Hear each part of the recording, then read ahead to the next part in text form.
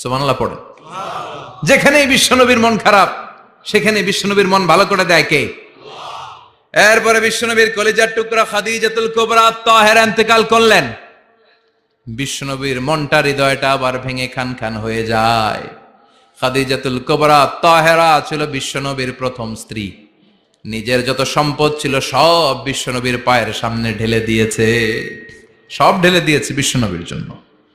উনিও স্ত্রী, আমাদের স্ত্রীগুলাও স্ত্রী, পার্থক্য আছে না নাই? আহা, নিজের যা ছিল সব দিয়ে দিল স্বামীরে। বিশ্বনবী বলতেন রুজিকতু হুব্বাহা, খাদিজাতুল কুবরার ভালোবাসা সহিহ মুসলিমের বর্ণনা, আল্লাহ আমার হৃদয়ের ভিতরে রিজিক হিসেবে দিয়েছে।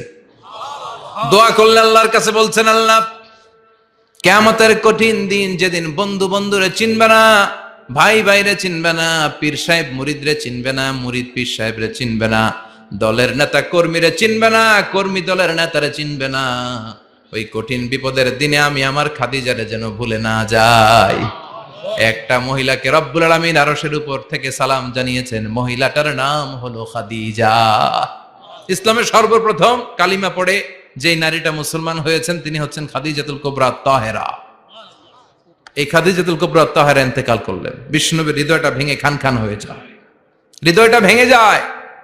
এরপর চাচা আবু তালেব তিনিও ইন্তেকাল করলেন। বিশ্বনবীর হৃদয়টা, মনটা বিষণ্ণ হয়ে যায়, চিন্তায় পেরেশান হয়ে যায়। ডানে বায়ে তাকিয়ে দেখে বিশ্বনবীর সাহায্য করার কেউ নাই, সব দিকে খালি শত্রু, সব দিকে বিশ্বনবীর দুশ্মন।